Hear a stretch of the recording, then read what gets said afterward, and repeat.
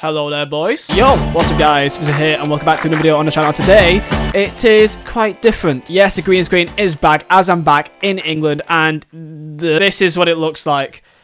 It's a dream, I know. That's my literal suitcase right there. It's took me way too long. Like, too long to get this all together.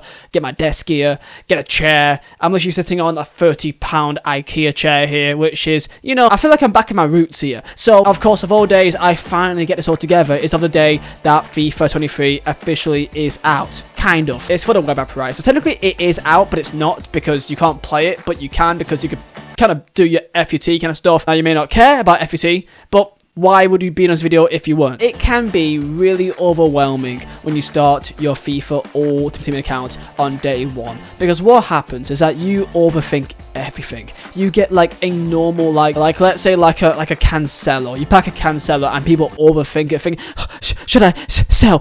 Should I sell now? Should I keep? Should I trade? Should I invest? Should I? It's very easy to get overwhelmed because you feel like at all times you're losing out on more opportunities to take advantage and make more money. And that is a big worry and the massive thing which makes day one of FIFA so important. Invest in the right players, if to do the right things and not make common mistakes. And that is what today's video is all about for you guys on the web app. So let's get into how do you guys start off your FIFA 23 Ultimate Team. And these are the main things to keep out on and some mistakes to miss out on as well. If you guys are new here, then please do subscribe to the channel. We are literally 1,000 subscribers away from 300,000 subscribers. And also, I'm also live on twitch.tv. By the time this video is out, it should be when the web app is officially out. So let's just envision you starting your Ultimate Team.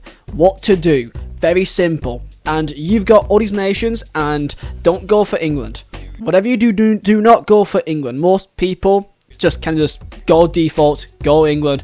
Do not do that. Really, you have three options. Now, I always go for Brazil because what you're thinking here is that you need players for the advanced SBCs. So Brazil, France, and also maybe also Argentina are the best bets. But for me, I always go for Brazil because they give you the best cards from, let's say, Brazilians that plays in, let's say, the Chinese Super League or the Vizeh or the K-League or any sort of like obscure league where these players can play in.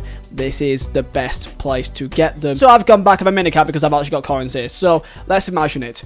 You get your sort of packs. What do you do? So it'd be a variety of packs here, which some would be like 25k packs, some would be like 7.5k packs. You open them up and you're there begging you can get a good start. You get some sick players that can help boost your team immediately. And let's go and give some examples of what to do when you get certain players. So open your pack, a Munayin, let's say you get it right. A board, not bad rating. Simply put, for anyone like a Munayin, sell immediately. You pack anyone like a Pereiro or anyone that has a good amount of coins, like a high rated player like a Verratti, but may not actually be going for that much because he's not really a meta player. Sell immediately. The reason why I say that is because those coins can be used later down the line for much more important things. So every single thing here, you're gonna go and list up, compare price, go on Footbin, see how much he's currently going for. You don't need to go through every single one, but let's say a Munayin, how much is he going for right now? Just let's say at the end of FIFA 22, worth like 2k. Okay, list him up for 2k. There you go, because he's needed for SBCs. Now Neres is interesting because he's Brazilian from a obscure league. He will be most definitely needed for SBCs. You need to do the hybrid League of Nations as soon as you possibly can.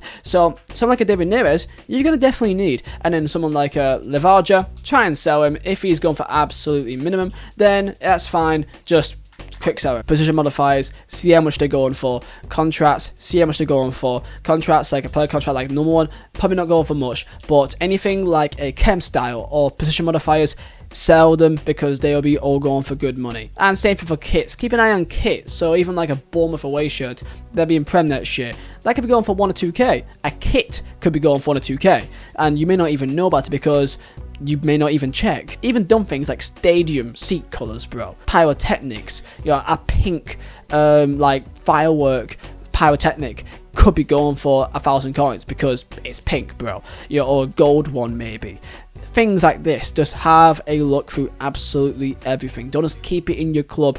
Everything here should go either to be quick sold or to be sold on the market. And if it doesn't sell after 2-3 attempts, then just go on and quick sell it. So let's say you open your packs and you get a really good player. Let's say that you get yourself a Eder Militao, a really good player, a player that'd be going for a lot of money, and you'd be thinking, now what may happen is that you may go to the market and think, wow, he's worth 70k, 80k, 100k, whatever it is, right? I would say for any meta players, hold them, because the trend that's happened in the last few years with FIFA is that any meta players like a Eder Militao, like a this year would be like a Rudiger, Bellingham, Tomori, Theo Hernandez, these kind of players, Barella as well, these kind of players, they typically always rise up by 10-15k almost after the first day or so.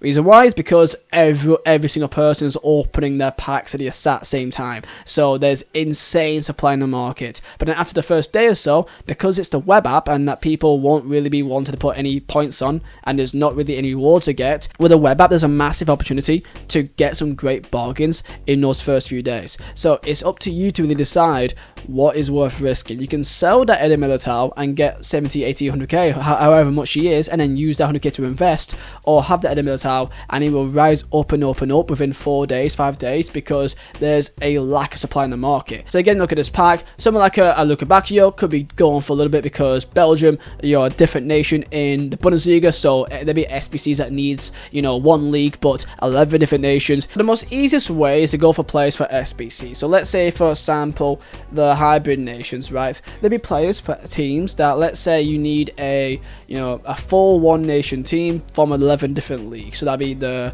hybrid leagues actually. Now what happens to that is that there'll be players like French players, Colombian players. There was this guy last year, Robertone, who is a Argentine, gold rare, decently rated Argentinian in the second tier of Spanish football.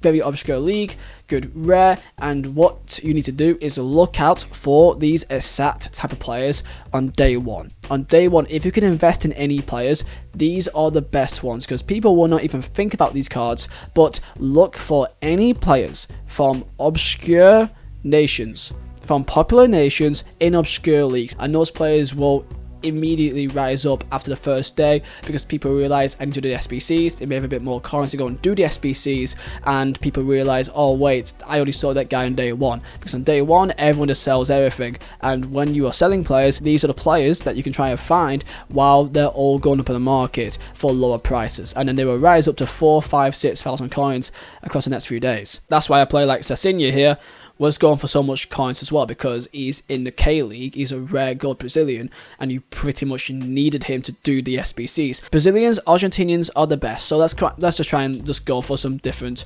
leagues here that we can try to find. The Saudi League, there's probably quite a few Brazilians. Actually, no, there's only really 2. Ideally, you want to go for only 1 player in 1 league. That will make it really good for you. The example last year, French MLS, Matuidi, he was pretty much in a large majority of these SBCs, and you pretty much needed him if you're going on the French route as well. Another trading method that you guys can go and do when you are starting the game is silvers, because there's such a lack of supply of them. Therefore, you can pretty much dominate the market very easily, because there's less of them being on the market at all times. So silver rares, which are French or English, these are the easy ones. Brazilian too. Open your starter packs, you keep all of your meta players, you sell everything else. All of the golds, all the chem styles, sell absolutely everything that is not the meta players, because they will be rising up massively a day or so after the start of the game. And then once you get some coins, then you invest in players that you would need for these SBCs, for the hybrid leagues, like the Cezinha, like the Robertone, like the Matuidis. Have a look in database and have a look at Brazilian players, have a look at Argentinian players, French players, Portuguese players in obscure leagues that are gold rares. They will be needed for SBCs, and because people just open a starter packs and don't even realize about it, on day one there'll be a ton on the market and people will not be needing them for SBCs because no one has coins for SBCs. After the first day though, people will then have coins for SBCs, and then that is when they'll start rising up in price, because there's less supply and there'll be insane amount of demand because they'll be in SBCs. So look for these players. Alongside that, do a bit of silver shopping as well when it comes to English, French players as well. Brazilians, they're also great to have a look at as well, even Argentinians, because again, SBCs and also there's such a lack of supplying them, people will be also wanting them for their own teams, etc, etc. I wish you guys the best of luck for your start of FIFA 23, and of course when my setup is fully done, I get my Wi-Fi put in, there'll be more videos coming your way. So thank you for watching, and I'll see you guys next time for another video, and stay safe.